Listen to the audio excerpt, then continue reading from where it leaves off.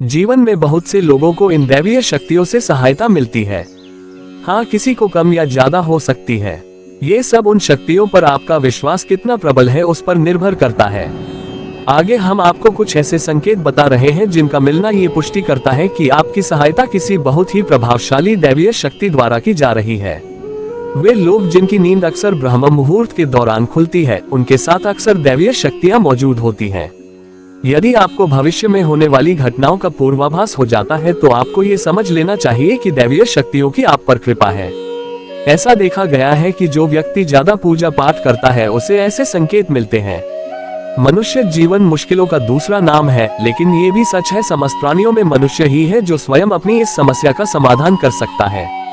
कई बार हमें एक टेस्टिंग फेस में जाना पड़ता है जहां हमें यह मालूम पड़ता है कि कोई दैवीय शक्ति है जो हर समय हमारा सहारा बनी हुई है। ये कुछ ऐसा ही है जैसे एक भयंकर एक्सीडेंट से हम ऐसे बच निकले जैसे किसी ने हमें पंखुड़ियों से कवर कर लिया हो। यकीन मानिए, एक दैवीय शक्ति के आसपास होने का एहसास कुछ ऐसा ही होता है। क्या आपके साथ भी कोई दैवीय शक्ति मौजूद है?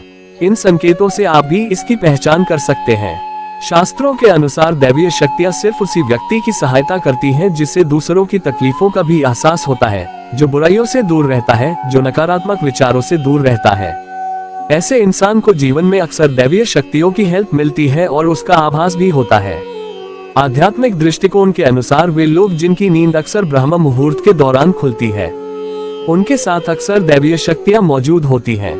तो आप समझ जाएं कि दैवीय शक्तियां आपके साथ हैं, क्योंकि यही वह समय होता है जबकि देवता लोग जागृत रहते हैं। आयुर्वेद के अंतर्गत भी इस समय को खास बताया गया है। इस समय बहने वाली वायु को अमृत तुल्य कहा गया है। कहते हैं कि इस समय दुनिया के मात्र 13% लोगों की ही नींद खुलती है। यदि आपको भविष्य में होने वाली घटनाओं का पूर्वाभास हो जाता है तो आपको ये समझ लेना चाहिए कि दैवीय शक्तियों की आप पर कृपा है। वे हर समय आपके साथ मौजूद हैं। अगर आपका काम बिना रुकावट के पूरा हो जाता है, आपके काम में रुकावट या बाधा नहीं आती है, तो समझ लीजिए आपके ऊपर एक सकारात्मक शक्ति का हाथ है। आपको जीवन में बहुत कुछ आसानी से मिल जाता है, तो निश्चित तौर पर दैवीय शक्तियां आपकी सहायता कर रही हैं।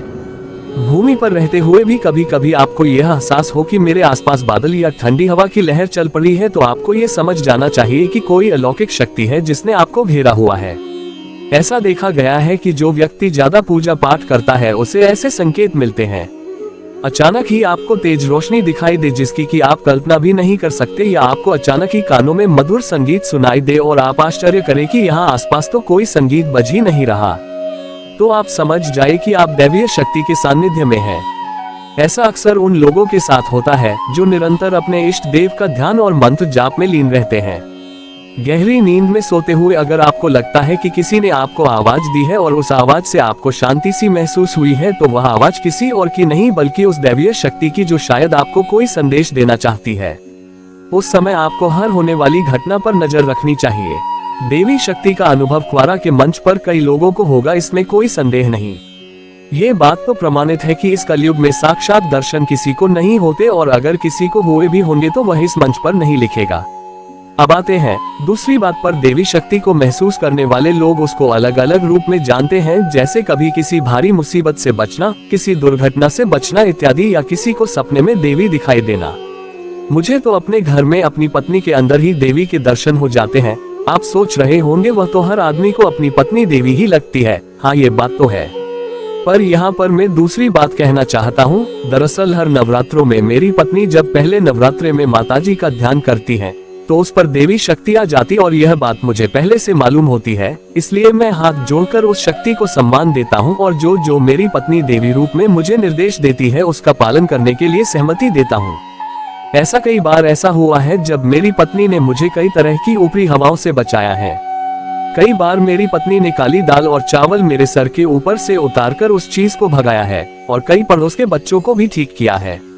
तो यह माता की शक्ति नहीं तो क्या है? और भी बहुत सी बातें हैं जिनका मैं यहाँ उल्लेख नहीं कर सकता, परंतु मैं अपने अनुभव से यही कह सकता हूँ कि इसके पीछे कई वजह होती है। कुछ पूर्व कर्मों का, कुछ पूर्व जन्मों का, किस नक्षत्र में पैदा हुए हैं, वह भी आपके इस शक्ति को धारण करने के लिए जरूरी होती है। हर स्त्री और हर पुरुष पर यह शक्ति नहीं आ सकती, चाहे आप कितनी भी पूजा पाठ कर ले। वह शक्ति अपने घोड़े को पहचान लेती है। उत्तराखंड में घोड़ा शब्द का प्रयोग उस स्त्री या पुरुष के लिए होता है जिस पर कोई देवी या देवता अपना वास करते हैं और उसी पर सवार होती है। अगर सास पर है और सास का निधन हो जाता है तो फिर वह शक्ति किसी अन्य योग्य घोड़े को चुनती है, ज्यादातर परिवार के सदस्य को, खासकर बहू को। मेरे अंदर वह दिव्य शक्ति है जो परमात्मा ने इस कलयुग में बहुत ही कम, इस संसार में बस कुछ ही लोग ऐसे हैं जिनमें वह दिव्य शक्ति है। मेरे ऊपर परमपिता परमात्मा की ऐसी कृपा दृष्टि है जिसके कारण भगवान ने मुझे वह दिव्य शक्ति दी है जिसके लिए हमारे ऋषि मुनियों ने अपना सारा जीवन लगा दिया। अब भी बहुत से साधु सन्यासी व गृहस्थी लोगों हैं जो उस चीज को पाने के लिए दिन रात मालिक की भक्ति साधना करते हैं। वह मुझे कुछ सालों की साधना भक्ति से मिल गई। वह वस्तु कोई और नहीं बल्कि स्वयं परमात्मा की भक्ति का मंत्र है जो दिव्य से भी अति दिव्य है। वह मालिक का नाम जब मेरी आत्मा में प्रकट हुआ तो मुझे इतनी खुशी हुई कि शायद ही कभी पहले हुई हो। मुझे पहली बार पता चला कि मनुष्य के अंदर आत्मा से भी कोई मंत्र निकलता है। जब मैं मेरे गुरु के ताए हुए मंत्र की साधना कर रहा था तो उस दिन शाम को चारपाई पर लेटे लेटे मैं मंत्र जाप कर रहा था तो अचानक से मेरे शरीर के अंदर एक स्थान शब्द मंत्र प्रकट हुआ जो बोल रहा था। वह छोटा 2 अक्षरों का मंत्र है जो मेरे शरीर के बाईं तरफ पसली के नीचे थोड़ हाथ की तरफ बोल रहा था। शुरू में मैंने सोचा कि यह आवाज तो सिर में से आ रही है, पर जब मैंने कान बंद कर उसे ध्यान से सुना तो जो आवाज आ रही थी वह तो दायां हाथ वाली जगह छाती के ऊपरी भाग से आ रही है। फिर क्या था, मैं अपने कमरे में गया और बैठ गया उसे सुनने। बहुत देर तक मैं उसे सुनता रहा। उसे सुनने में इतना आनंद आता है कि आदमी कितना भी थका हो उसे सुनकर थकान चली जाती है। फिर तो ये सिलसिला चलता रहा और चल ही रहा है। बस उसके बारे में मैं इतना ही कहूंगा कि वह सभी मानव जाति को सुनना चाहिए। महाआनंद का खजाना अगर कोई है तो वह आत्मा का मंत्र है। आदेश आदेश हम सभी उस परमपिता परमात्मा के ही अंश हैं, इसलिए हम सभी आत्माओं में वही एक परम प्रकाश है। हम सभी के प्राणों में वही परम शक्ति वास करती है।